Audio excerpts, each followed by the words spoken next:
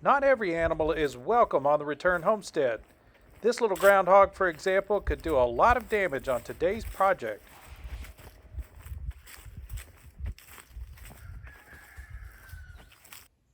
Good morning and welcome to the Return Homestead. Today is an exciting day. Now we're going to go against local wisdom that says don't plant any of your tomatoes and peppers until after Derby Day. Well, Derby Day is Saturday, but we've got some rain in the forecast, and today the sun is shining, the plants are ready. It's time to start getting that garden in the ground. All of the garden starts are down the hill at the guest house. Marty's going to work on getting those loaded up in the truck so we don't have to make a million trips up and down the hill. I'm going to start getting the garden beds ready, and we're going to get these things in the ground.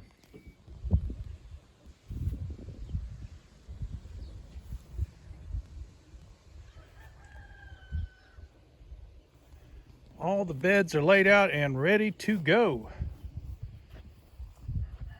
And we don't have a specific plan of what's going where just yet. We'll bring all the plants up, see what we have to work with based on germination, and start melting holes in this wheat fabric so that we can put the plants in the ground.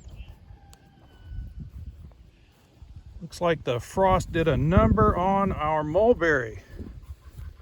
There is still some green growth here at the bottom, so hopefully it'll recover. We do like to plan things out. As you can see, we've planned out the rows for this year, but not specifically where the plants go. You can make all the plans in the world, and the best garden plan in the world that's never executed won't produce any food. So at some point, you just got to put the plants in the ground. We already have more than $400 worth of plant starts in the bed of the truck. There's still lots more to go. We started these off from seeds in very, very early spring, really late winter. We got everything started inside on the light table, and we've been hardening them off on the front porch of the guest house. And today it's time to move them up the hill, get them in the ground. The edge of the back porch looks like it's going to make a nice staging area for us. I'm going to take the time to clean the porch up a little bit and then lay the plants out here. Marty's been working hard to get these things ready. She still needs to sort them, decide where she wants to put them in her garden. When you set out on the homesteading life, don't think you can do this on your own. It's going to take at least 2 people to make this work. You're going to need a spouse who's on board, who's helping and doing the work as well.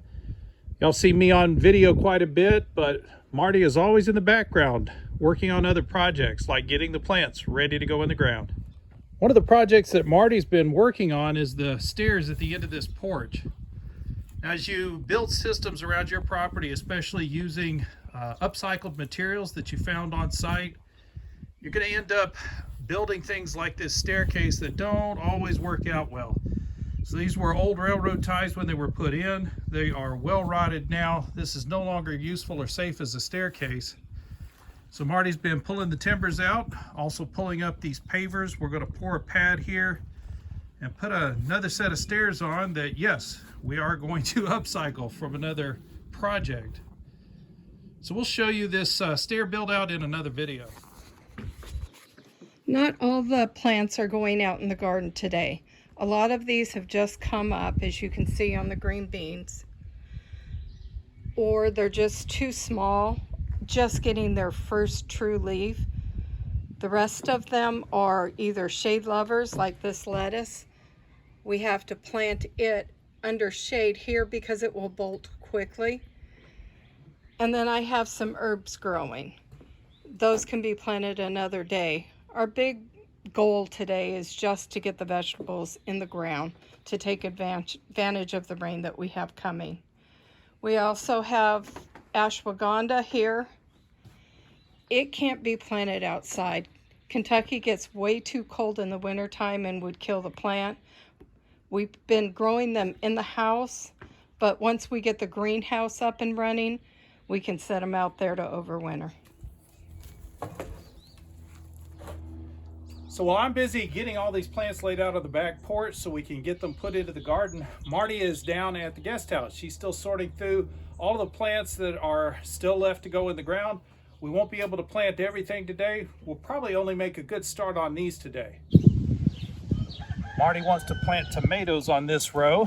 I built a small jig to help me space the holes out evenly. We're going to plant these 18 inches apart.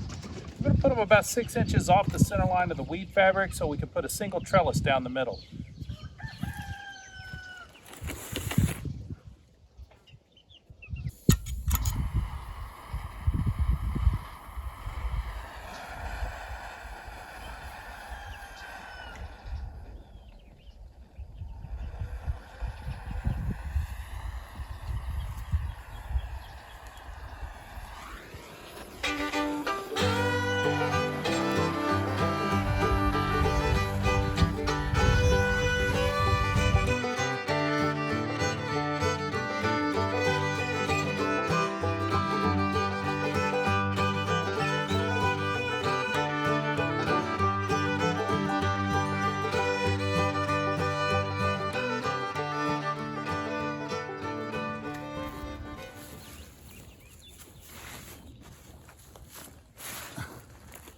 Work out pretty good, one of us on each side, huh? Yes, this is terracotta.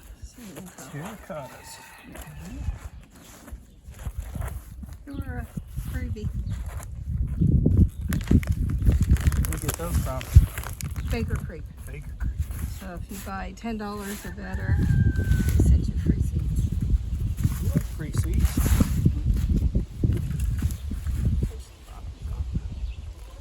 I don't do that. I just Plant them deep. yeah, So we're pulling a few of the leaves off of the bottom of the plant. They really don't need all of those leaves, so we're going to plant these deep. That'll get those stems down in the dirt as well, and those stems will produce roots. Help increase the root system quickly on these things.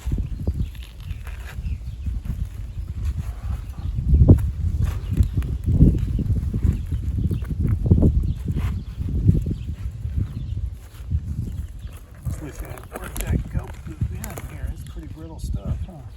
Is it? Yeah, all kinds of big chunks.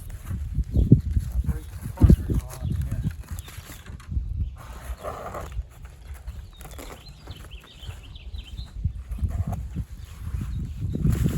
wonder if a bulb planter would work good for this. It might. It's in there. It doesn't pull it out that well. What do you got for me there? Hang on. Let's do pink oxheart. Well, no. Let's go with regular tomatoes. Pink oxheart. Okay, pink oxheart. Pink oxheart it is. Paste tomatoes. They did really well for us.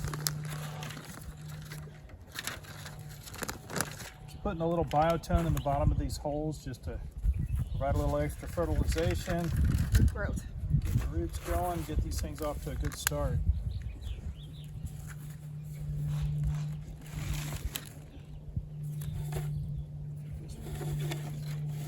Sweet, that's a big plant.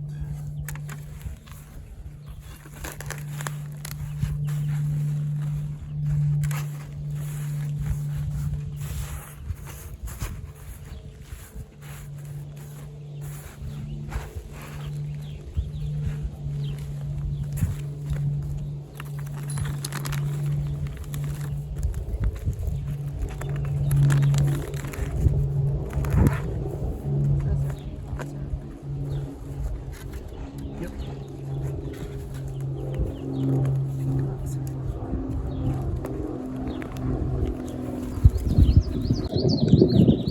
Wow.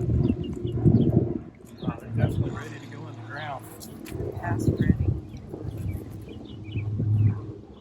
So these tomatoes were really close to needing to be up-potted again. You can see all of the roots starting to get root bound already. Stir.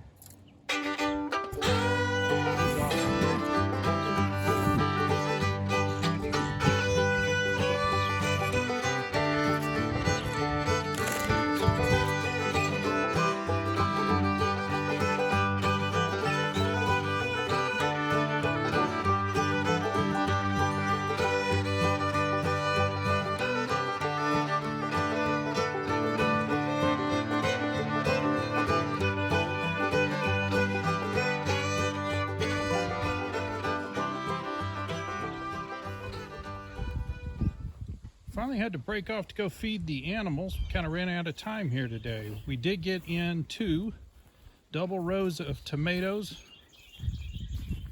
The most time-consuming part of the day was getting the holes burned in the weed fabric.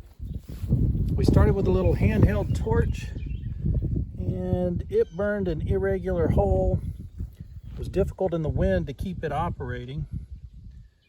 So we switched off to a large weed burner, and with the flame set on the lowest possible setting, we're able to kind of use the bell as a punch holes through. And a slightly shorter double row of peppers, hot peppers, sweet peppers, every shape, size, and description. You can see once I started using the torch like a punch, it cuts a nice clean hole in the weed fabric. Got the corn in yesterday, just giving it a good drink of water to try to get it to germinate. Hey, hush. Hey, get over here. Come on. Come. Good girl. Thanks for watching. Please subscribe and don't forget to hit that like button while you're in there.